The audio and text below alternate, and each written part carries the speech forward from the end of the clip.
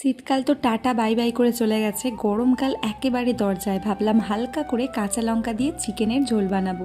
লাল লঙ্কাগুলো একেবারেই দেবো না, কাঁচা লঙ্কা আর হালকা ঝাল করে একটু পাতলা ঝোল করব।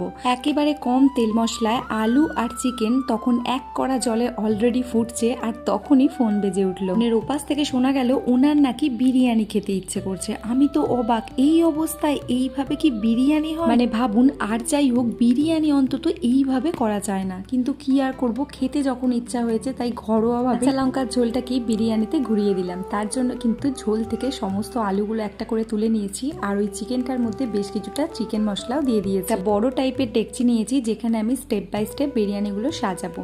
হ্যাঁ, একটা কন্ডিশন কিন্তু দিয়েছিলাম, আমি যেহেতু অর্ধেকটা করেছি তাই তুমি বাড়ি ফিরে তারপরের অর্ধেকটা তোমাকেই করতে হবে। যেহেতু ইচ্ছেটা তোমার হয়েছে তো সেই মতো কিন্তু ওকে দিয়েই আমি এটা করিয়েছি। স্টেপ বাই স্টেপ লেয়ারগুলো ওকে দিয়েই বানিয়েছি। প্রথমে ঘি দিয়ে দিয়েছিলাম, তারপর দিয়েছে ভাত, তারপরে চিকেন, বেরেস্তা, মশলা, মানে যেগুলো আর কি দেয়। আর এই যে পুচকিটাকে দেখেছেন, অলরেডি এ সাঁড়াশি নিয়ে কতবার যে আমাদের পিঠে চিপকে দিয়েছে তার নেই কোনো ঠিক। যেহেতু গ্যাসের এখন ক্রাইসিস চলছে তাই এখন মনে হয় কাঠের উনানটা রেখে অনেকটাই সুবিধা হয়েছে। কোনোরকম ফুড কালার ইউজ করিনি, একেবারে ঘরোয়াভাবে বানিয়েছিলাম, তাই কালারটা একটু কম লাগছে। তবে চোখ বুজিয়ে খেলে আপনি ধরতেই পারবেন না যে এটা কোথাকার বিরিয়ানি। যদি ভালো লাগে লাইক শেয়ার কমেন্ট করতে ভুলবেন না। যদি ফেসবুক থেকে দেখেন পেজটি ফলো করে আমার পাশে থাকবেন, আর যদি ইউটিউব থেকে দেখেন তাহলে সাবস্ক্রাইব। টাটা।